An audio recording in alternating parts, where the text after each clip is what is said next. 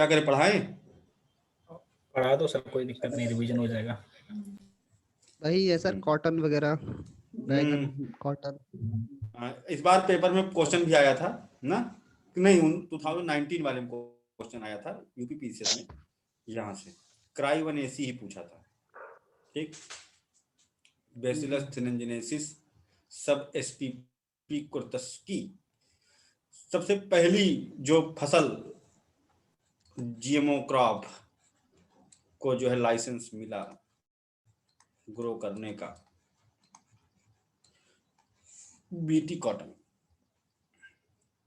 Transgenic plant. ठीक है, जिसमें इंसेक्ट कंट्रोलिंग प्रोटीन, जो बॉल वार्म बताया था ना, को भगा दे, रिपल कर दे, बदबू कुछ ऐसी स्मेल जो तुमको तो नहीं समझ में आएगी लेकिन उसको समझ में आएगी, वो भागेगा, इससे कि काटन को होने वाली बीमारियां उसको नहीं लगे। तो क्राई 1AC जीन वहां से निकाला गया, एक सॉइल बैक्टीरियम, ठीक है, मृदा शैवाल में रहने वाला, उससे निकाला गया एक जीन बैसिलस थिनंजिनेसिस एसपीपी। ठीक है, नेचुरली अकरिंग बैक्टीरियम, सॉइल में, मृदा में पाया जाने वाला बैसिलस थिनंजिनेसिस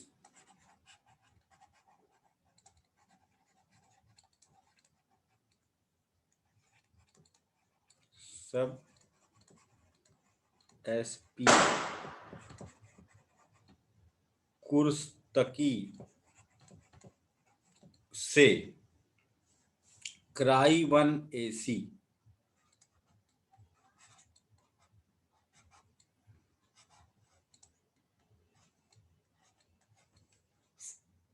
ये पर्टिकुलर जीन निकाला गया जो ये काम करता है।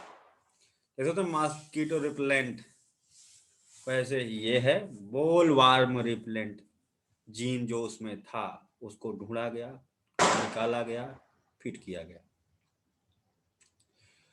तो अब ये cotton hive BT gene contain करता है, जिससे कि ये खुद में एक टॉक्सिन रिलीज करता है, जो कि बोल वार्म अटैक,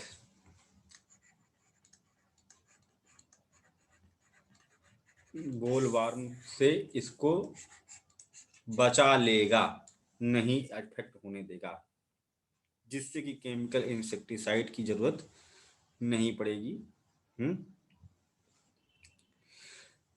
बीटी कॉटन हालांकि इसके अतिरिक्त भी 3 जीन कंटेंट, मतलब इसके साथ साथ 3 जीन और कंटेन करता है, केवल यही एक नहीं, इसको भी नोट करने लायक है ना। एक तो हो गया एनपीटी,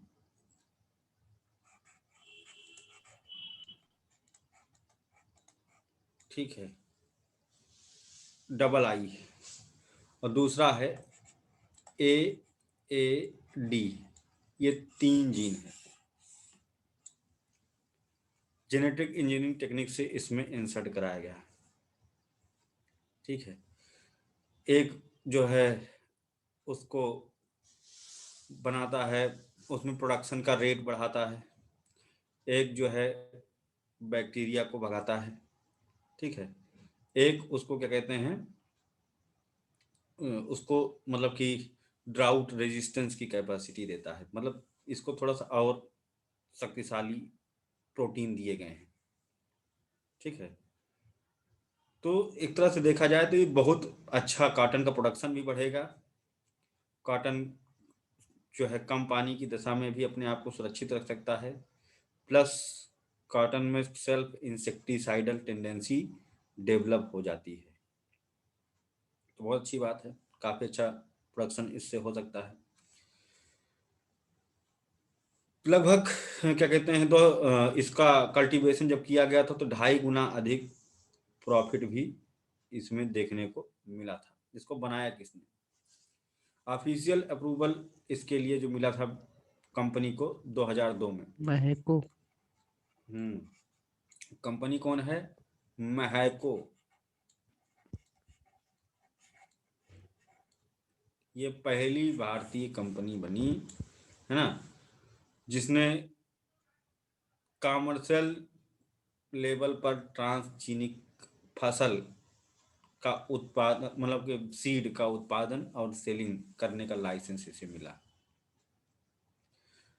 फिर इसका जो कॉमर्शियल कल्टीवेशन था वो 6 राज्यों में किया गया था, आंध्र प्रदेश, गुजरात, कर्नाटक, मध्य प्रदेश, महाराष्ट्र और तमिलनाडु।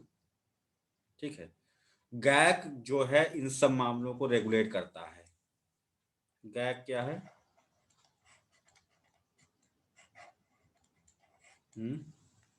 गैक कौन है बताओ भाई, गैक क्या है?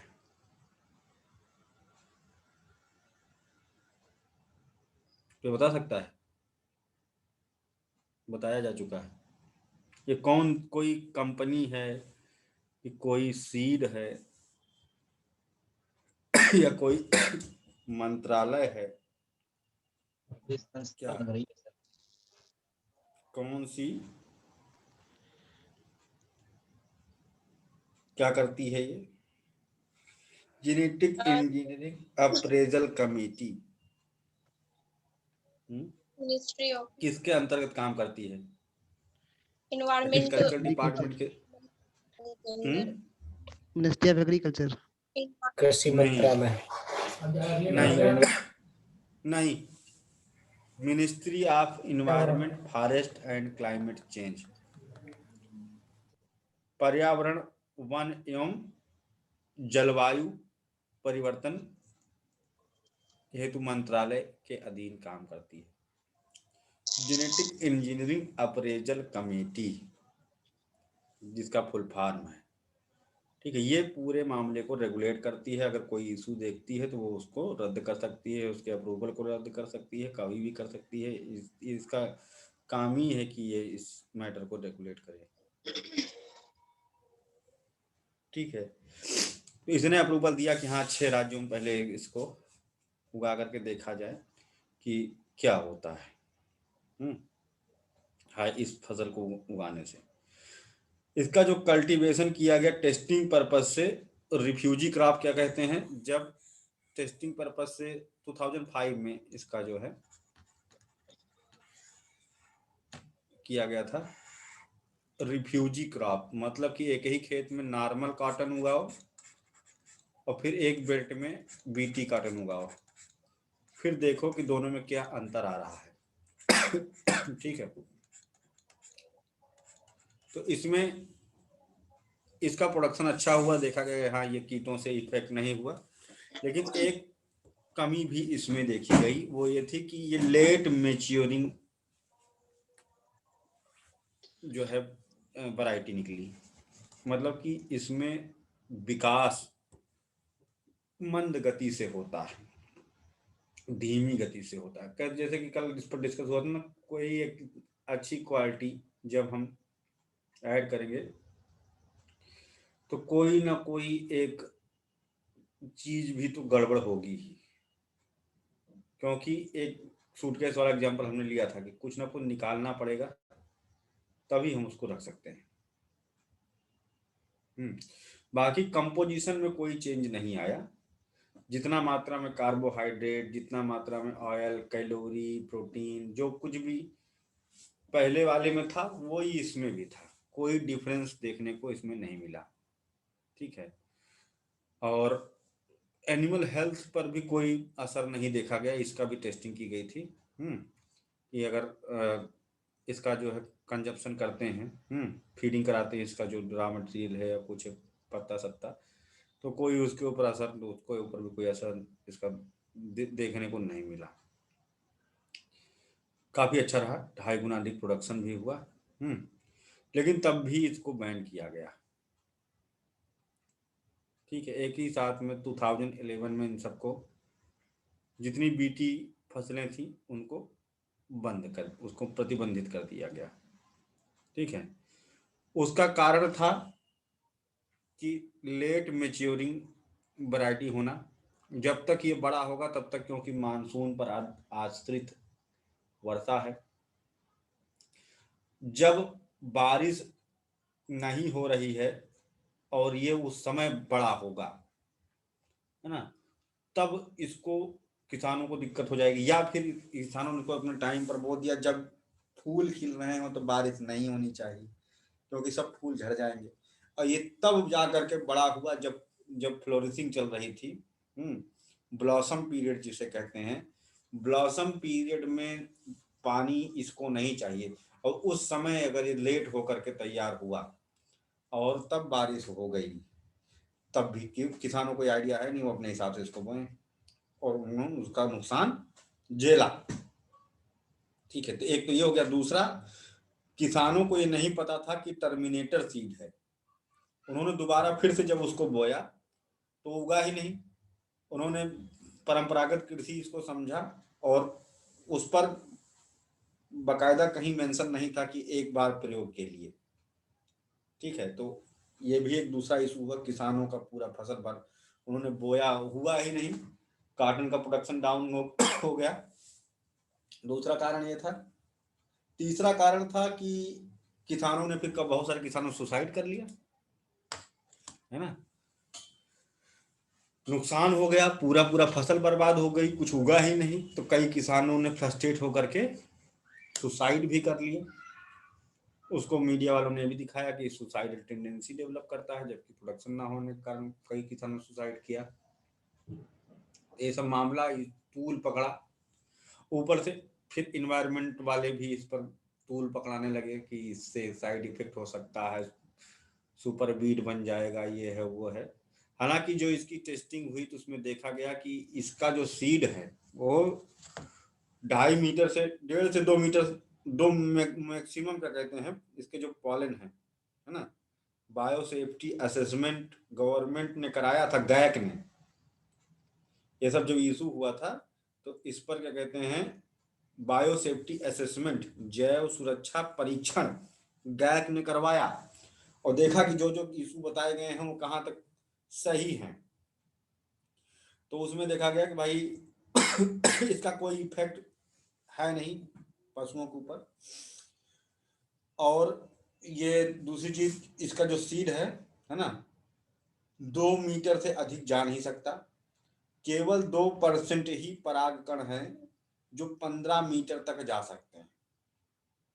तो इस कारण से कि ये एलियन स्पीशीज इन्वेजन का कारण बने, उसके चांसेस नहीं, निग्लिजिबल है।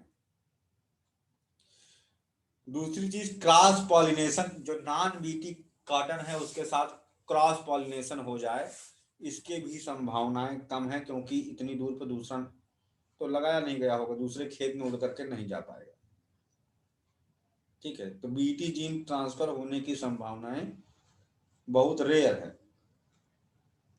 ठीक है, बाकी प्रोटीन में कम और उसके संगठन में बीटी एंड नॉन बीटी में कोई सब्सटेंशियल डिफरेंस देखने को नहीं मिलता है। टॉक्सिक इफेक्ट इसका किसी भी जानवर पर देखने को नहीं मिलता है, ना ही इंसान पर देखने को मिलता है ना। बेनिफिशियल इंसेक्ट को भी ये रिपल नहीं करता है, उनके ऊपर कोई असर नहीं डालता है ना।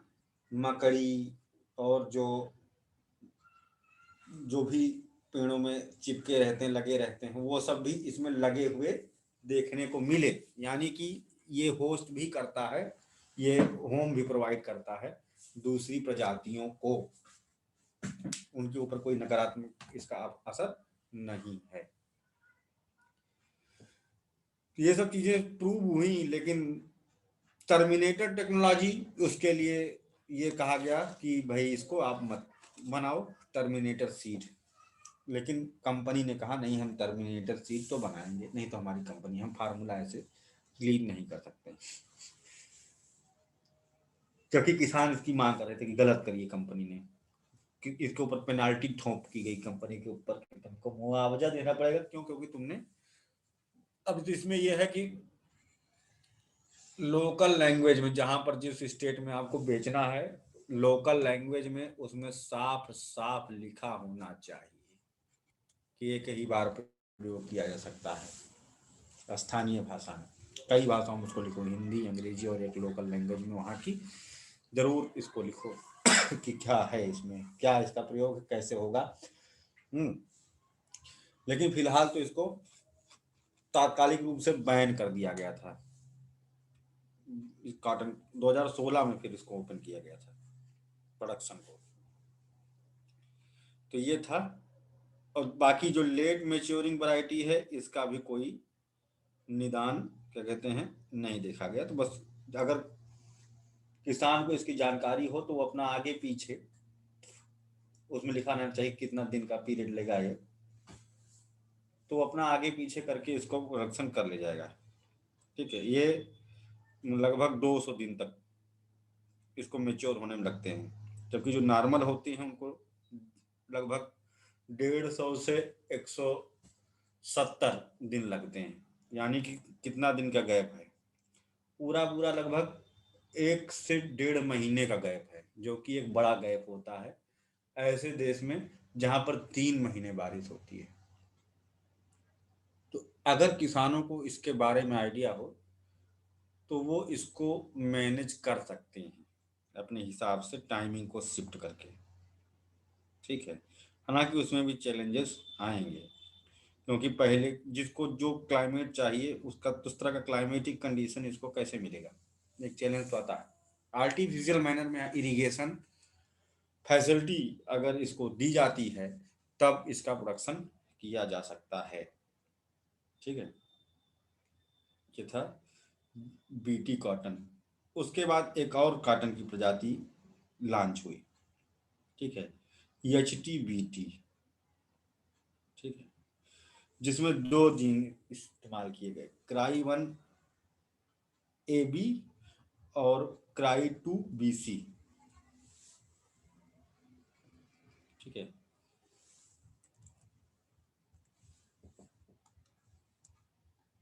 HTBT cotton.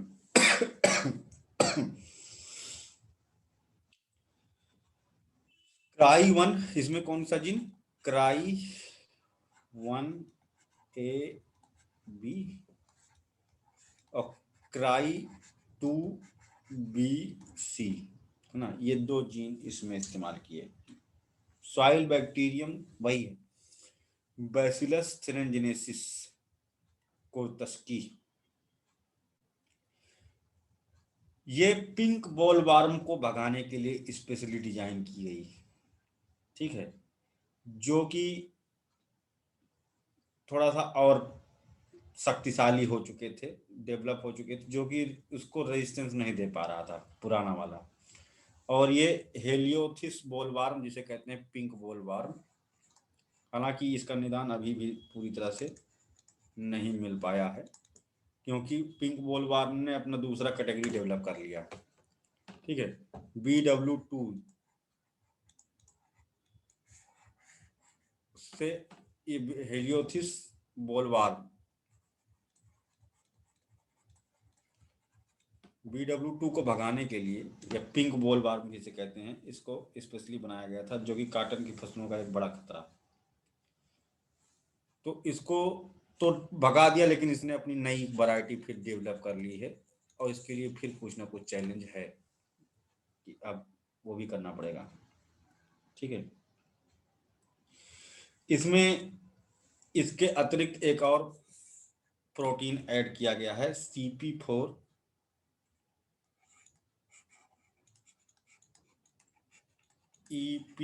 EPSPS। उसमें भी 3 था, इसमें भी 3 है। ठीक है, जो कि ये दोनों सॉइल बैक्टीरियम बेसिलस थ्रेंजिनेसिस से लिया गया। ठीक है, वही ये समझ लो BT है। और ये वाला जो निकाला गया है दूसरे बैक्टीरिया से, सॉइल बैक्टीरियम ये भी है, एग्रोबैक्टीरियम ट्यूमेफेसियंस निकाला गया है। एग्रोबैक्टीरियम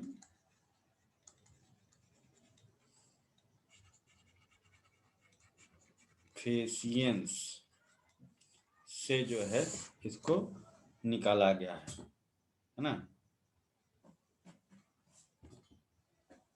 अब इसके बारे में गैक ने इसको क्या कहते हैं क्लियर नहीं किया इस वाले को। गैक ने बीटी को तो अप्रूवल दे दिया, लेकिन गैक के परीक्षण पर ही चल रहा था CP4 EPSPS की इसका पर्यावरण में क्या प्रभाव पड़ेगा, लेकिन वो सीड को रिलीज कर दिया तो फिर बैन करना पड़ा इसको, ठीक है, क्योंकि गैक ने इसको अप्रूवल नहीं दिया था, ठीक है। किसानों को लगता था कि मतलब कि ग्लाइफोसेट होता है एक हर पर्णनाशी होता है,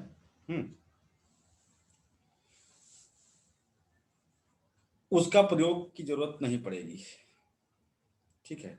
ग्लाइफोसेट एक पर्णनाशी ये वाला जो है, क्योंकि एलोपैथिक सब्सटेंस से रिलीज करेगा।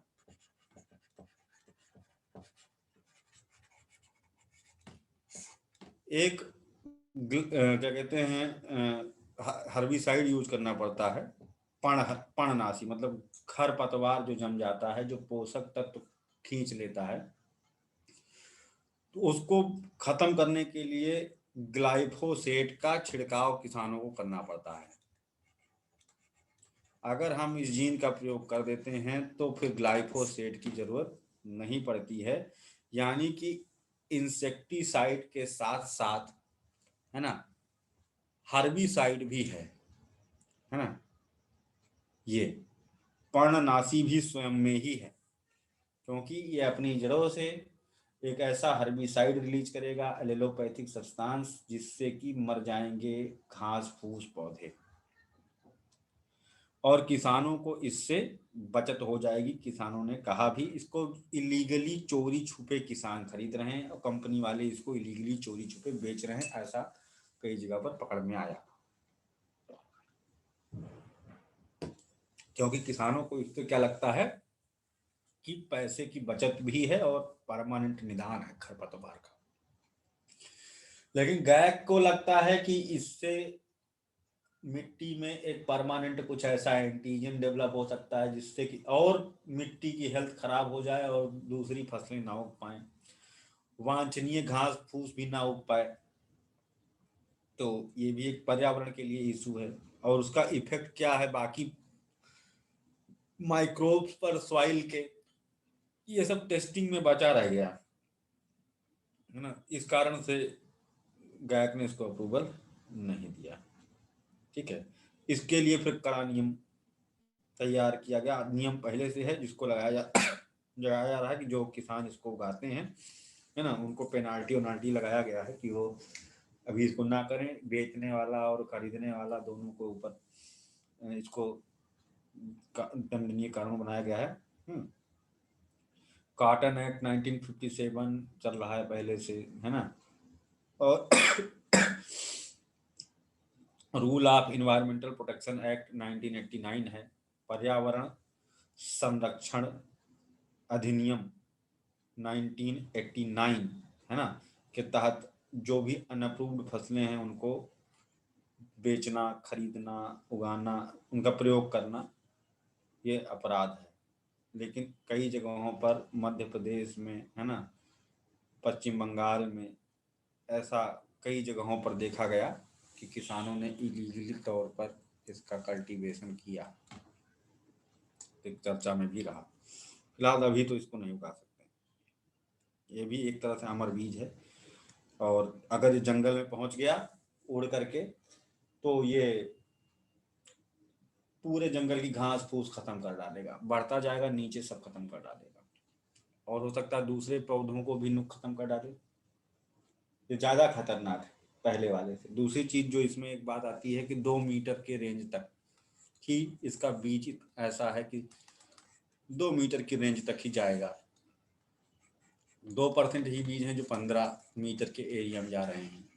ये तो हवा से उड़ के जाने की बात कर रहे थे, लेकिन क्योंकि वो रुई है, पक्षी अगर आकर के इस पर बैठता है तो उसके परों में रुई के जो बीज होते हैं वो बड़ी आसानी से चिपक लगते हैं। रुई खुद ही उनके परों में चिपक लगती है, यहाँ तक कि ये पक्षी खुद रुई उखाड़ करके निकाल करके लेके जाते हैं। क्या करते हैं, गद्दा बनाते हैं, घोंसला बनाते। घोंसले घोंसला बनाते हैं, मैना घोंसले बनाते बनाते हैं। आते हैं ना। हम्म घोंसला बनाते हैं सर जी। हम्म तो ये जाते हैं और घोंसला कहाँ बनाएंगे? जंगल में जो पेड़ पौधे हैं, आए खेत में उनको रुई मिली, आसानी से उठ खींचे नोचे, लेके गए बढ़िया अपना घोंसले में उसको इस्तेमाल किया रुई को। तो बीज वहां पर पहुंच गया। अगर नहीं भी ले गया तो पक्षी के परों से बीज उड़ करके वहां जाने की संभावना बलवती है। तो वहां पर ये 2 मीटर वाला कॉन्सेप्ट कहां से लगेगा? और अगर एक भी पौधा वहां तैयार हो गया जंगल में और उसे चेक नहीं किया गया तो एक लंबी, एक बृहद पर्यावरणीय समस्या बनकर के उभरेगा। ये तो दोनों पर ही नियम लागू होते हैं, है ना। ये सब कुछ चीजें हैं जो इश्यूज हैं जिसको देखने में मिलती हैं। अगली बात, हालांकि ये फूड चेन में नहीं है, कॉटन कोई फूड चेन वाली फसल नहीं। दूसरे नंबर पर आता है जीएम मस्टर्ड। ये पहली फूड चेन वाली ऐसी फसल जो कि खाद्य श्रृंखला में शामिल होती, बीटी मस्टर्ड या जीएम मस्टर्ड। जीनोत परिवर्तित सरसों। ये माना जाता है कि इसको उगाने से किसानों को मतलब कि पर हेक्टेयर 30% का अधिक लाभ प्राप्त हुआ। लेकिन क्योंकि ये फूड चेन में है तो इसके इश्यूज हो सकते हैं।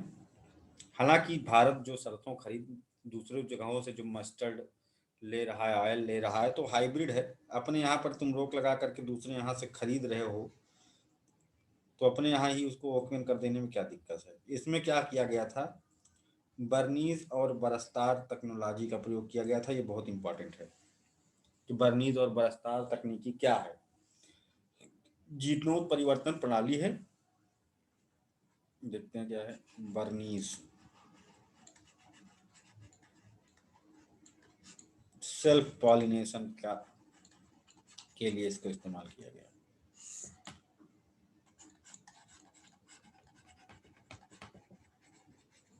बर्नीज और बरस्तार, ये किससे निकाला गया है? Barnase gene. Barnase gene soil bacterium bacillus amyloliquefaciens, ये भी नाम रखने पड़ेंगे, प्री में भी तो पूछ लेता है। लिक्विफेसियंस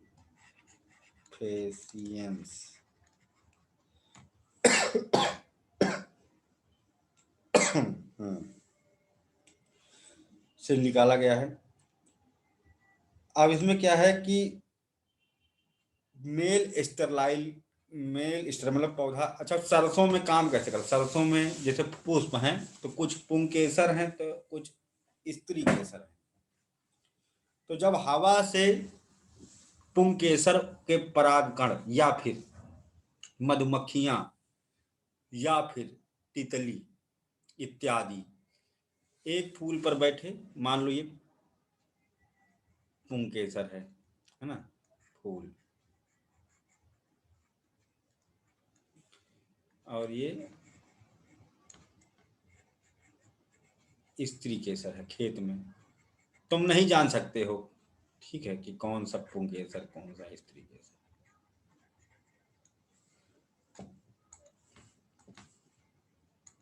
ये शर्तों, ठीक है। तो अब यहां से उड़ करके तितली, इसका इसीलिए फूल सुगंधित होते हैं, उनमें मकरंद होते हैं, अट्रैक्ट करते हैं। क्योंकि ऐसा नहीं कि वो केवल दूसरों को खिला पिला रहे हैं, उनसे भी उनको लाभ मिल रहा है अपनी कॉलोनी को आगे बढ़ाने में। मधुमक्खी इस पर बैठी रस चूसी, फिर इस पर बैठी रस चूसी, भंवरा इस पर आया, इस पर आया, तितली इस पर आई, इस पर आई, इसने क्या कर दिया? पॉलिनेशन करा दिया, ठीक। फूल में। तो इससे क्या हो गया कि अब प्रोडक्शन हो जाएगा, है, मेल स्टेरलाइल फीमेल स्टेरलाइल में पहुंच जाता। तो ये जो बर्नीज है ये मेल स्टेराइल डेवलप करता है पौधे के अंदर शुरुआत में। मतलब कि अब ये पौधा स्वयं में ही अपना क्या कहते हैं निषेचन कर लेगा, एक तरह से जान लो। इसको किसी भी वाह की किसी उसकी जरूरत नहीं पड़ेगी। कैसे? पहले इसमें डेवलप होगा बर्नीज, फूल खिलेगा, इसमें डेवलप होगा बर्नीज, जीन एक्टिवेट होगा तो पुंकेसर को पैदा करेगा।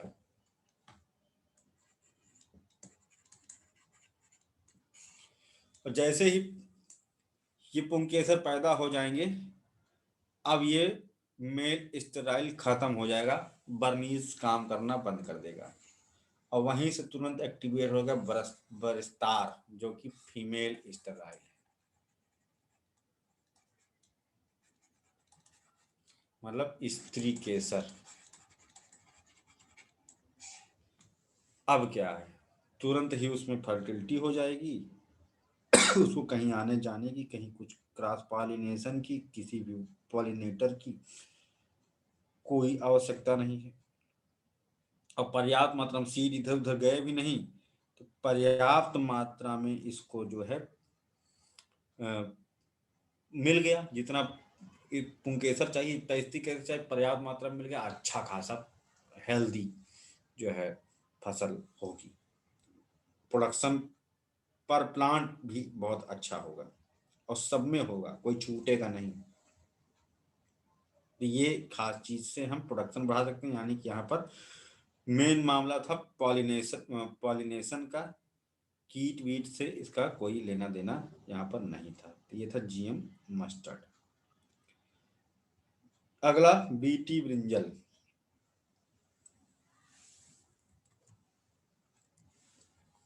बीटी बैगन।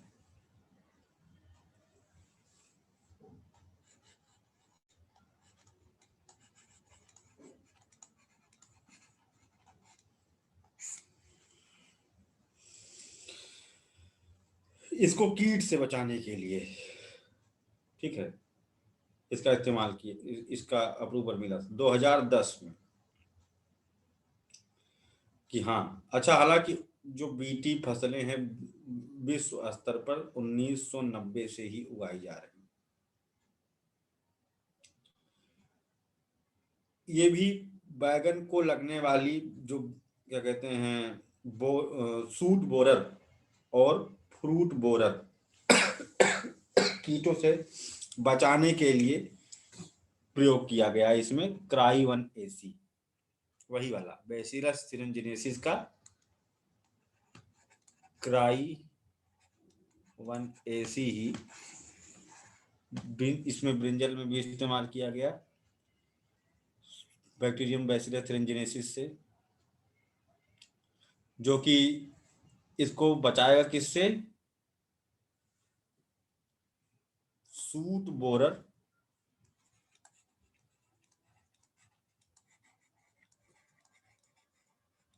And fruit borer.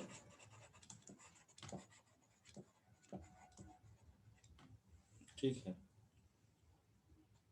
Suit borer को वैज्ञानिक नाम है ल्यूसिनोड्स और बोनालिस।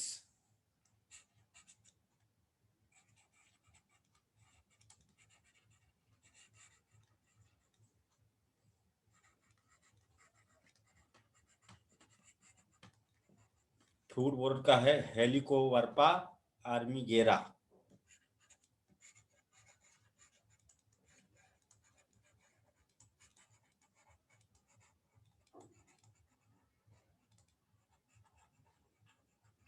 हेलिकोवर्पा आर्मीगेरा, ठीक है ये है। तो इनसे इसको सेल्फ इंसेक्टिसाइडल टेंडेंसी इसके अंदर डेवलप हो जाएगी, लेकिन ये इंसान के द्वारा प्रत्यक्ष रूप से इसका ग्रहण किया जा रहा है, किया जाता है इस कारण से खतरा है, मानव स्वास्थ्य को लेकर के होने वाले इश्यूज हैं जो देखने को मिल सकते हैं। तो इसलिए इसको प्रेफर किया गया कि ऑलरेडी जो हाइब्रिड वैरायटीज हैं ब्रिंजल की उनको इस्तेमाल किया जाए ना, और बीटी ब्रिंजल को प्रतिबंधित कर दिया जाना चाहिए। लेकिन बांग्लादेश बीटी ब्रिंजल भारत को क्या कहते हैं बेचता है। तो उसके ऊपर हम लोगों ने केस किया कि नहीं, हमको बीटी क्यों बेचा, ठीक है, बीटी ब्रिंजल क्यों भेजा। तो ये सब जो मामले जो केस वगैरह किए जाते हैं वो सब होते हैं कार्टागेना प्रोटोकॉल के तहत, बायो सेफ्टी के लिए है। ये कल होता है ना, बायो वेपन के तौर पर इस्तेमाल किया जा सकता है, तो उन सब चीज़ों को ना किया जाए, इसको कंट्रोल करने के लिए ये बहुदेशीय संघ 2003 में इन्फोर्स हुआ था, ये 2002 में हुआ था कार्टागेना प्रोटोकॉल।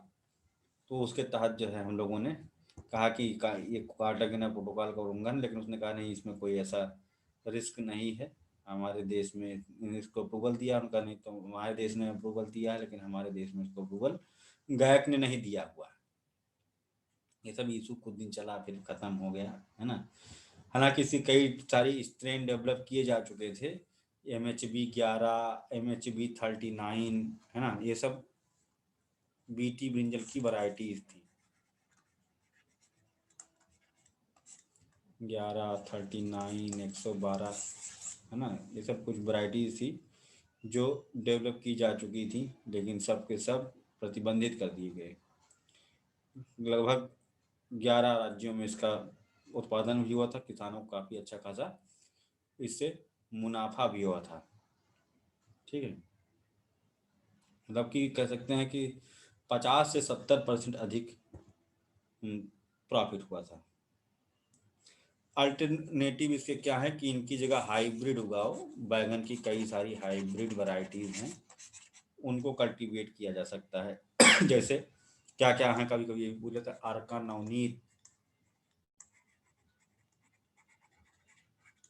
है ना, और उत्कर्ष,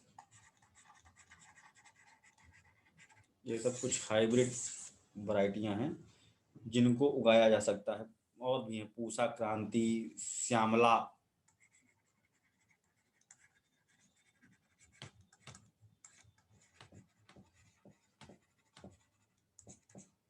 ठीक है, पूसा क्रांति, श्यामला, ये सब वैरायटी हैं, इनको उगाओ, इनको ना उगाओ। ये था इसको ले करके क्या कहते हैं इश्यूज। एडवांटेज के काफ़ी थे, लेकिन ये भी इसको भी प्रतिबंधित करके रख दिया गया। हालांकि फिर 2018 में मस्टर्ड को भी खोल दिया गया, इसका कल्टीवेशन को भी ओपन किया गया, बीटी कॉटन को भी ओपन किया गया, लेकिन ब्रिंजल को अभी ओपन नहीं किया गया है, क्योंकि डायरेक्ट ये फूड चेन में प्रवेश कर रहा है, बॉडी में, ठीक है, ये चीज़ है।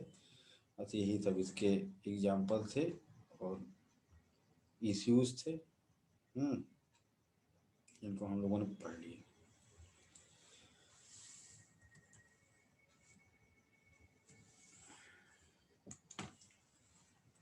अब पूछो भाई, इसमें कुछ ही पूछना हो तो। ये इतना ही था, छोटा टॉपिक था, 3 चीजें इसमें पढ़नी थी।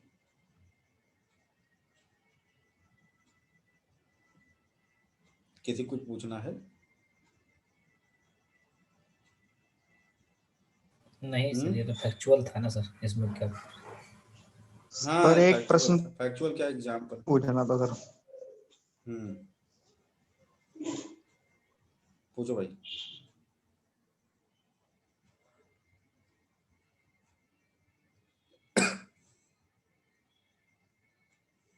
यहाँ तो मेंस के क्वेश्चन यही बनते हैं कि should India ban GM crops, आपकी राय पूछे, क्या भारत को जीनोत परिवर्तित फसलों को पूर्ण या आंशिक रूप से प्रतिबंधित कर देना चाहिए, इसमें राय पूछ रहा है। तो अब इस तरह से राय पूछ रहा है तो क्या लिखना, क्या लिखोगे यहाँ पर?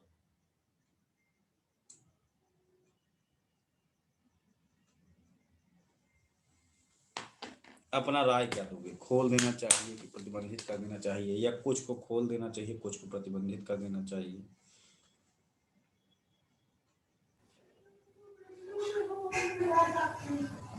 आंशिक खोल सकते हैं सर, आंशिक को खोल सकते हैं। जैसे कि अभी आपने भी बताया कि 2018 में सरसों और कपास पे रोक हटा दी गई है।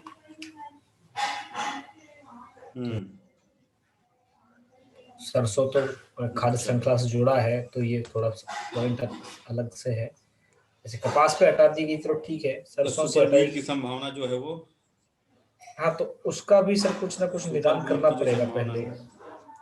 इसका कुछ इस प्रकार से निदान करना होगा कि ये इसका जो जैसे विध्वंसक बीज तो है ही इसका, तो सर इसका बीज तो दोबारा उगेगा नहीं। टर्मिनेटर सीड तो रहेगा। हाँ, विध्वंसक बीज रहेगा तो अच्छी बात है, उसको सुपर बीज बनने से एक प्रकार से रोका जा सकता है। दूसरा सर, इसका जो पौधों की जो उम्र है उसको भी निश्चित कर दिया जाए कि ये 1 साल तक या अधिकतम 2 साल तक ही रह सकते हैं। मान के चलो सुपर बीट हो गया तो ये स्वतः मर जाए, इस प्रकार का इनमें जीन डाल सकते हैं। और दूसरी नहीं, जब चीज, एक इसमें एक स्पष्ट नीति। इसमें जब एक चीज यह है ऑलरेडी कि जब ये टर्मिनेटर सीड हैं तो इनके इनके सक्सेशन के चांसेस बनते ही कहाँ हैं? वही मैं बोल रहा भाई हूँ सर। जब ये एक बार के बाद दोबारा मरी जाता है इसका पॉलन, तो सुपर उगेगा बीट कैसे? कैसे बनेगा? उगने की तो संभावना ही नहीं है। सुपर बीट कम ही बनेगा, बस यही बोल सकते हैं कि जो पेड़ है वही बने रहेंगे। तो उनको भी एक उम्र की सीमा में होगी निश्चित कि 2 साल कर दो अधिकतम।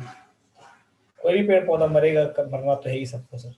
नहीं, अगर इसका पेड़ जो हमने लगाया उगाया तो उसका जो पॉलन है वो चिड़िया नोच के ले जाए या उसके पंख से जाए या फिर किसान उगाए, वो तो सर कहाँ से यहाँ विध्वंसक बीज है चांसेस ना, दिख रहे हैं? तो वो उगेगा ही नहीं। उगेगा नहीं ना सर, वो तो जंगल विध्वंसक में बीज जब है। वो उगेगा ही नहीं तो हाँ, विध्वंसक बीज है, तो यहाँ चांसेस ही कहाँ से आ गया कि ये जो है वहां पर अतिक्रमण कर लेगा? तो अतिक्रमण वाली बात तो यहाँ पर सीधी खारिज हो जाती है कि नहीं? बिल्कुल सर।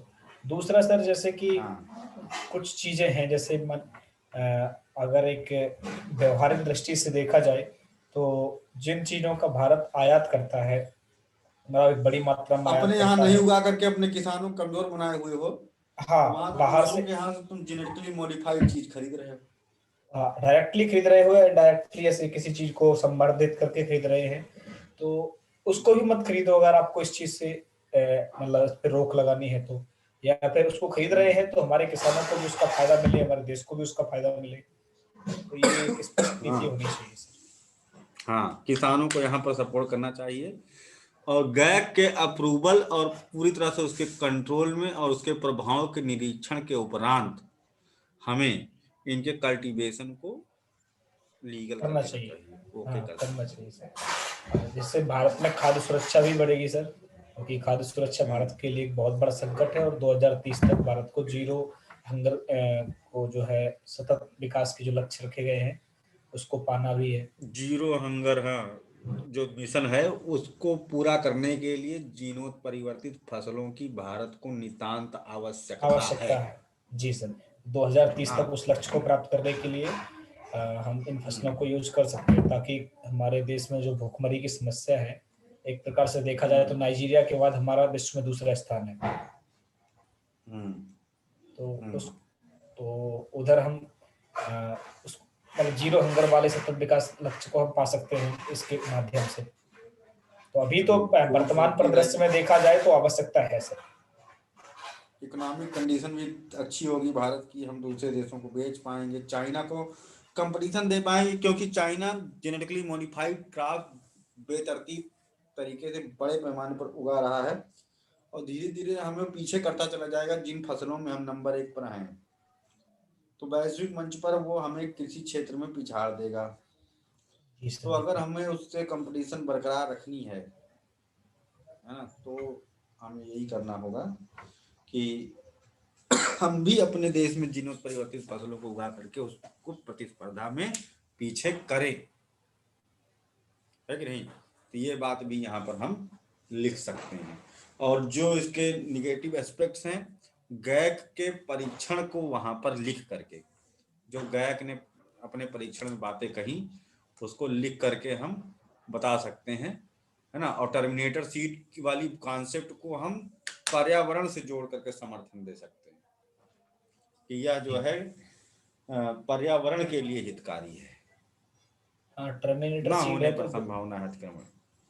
अतिक्रमण कर ही नहीं पाएगा, क्योंकि उसका बीज जहां भी गिरेगा दोबारा उगेगा ही नहीं, उगेगा भी तो बहुत उगेगा ही नहीं।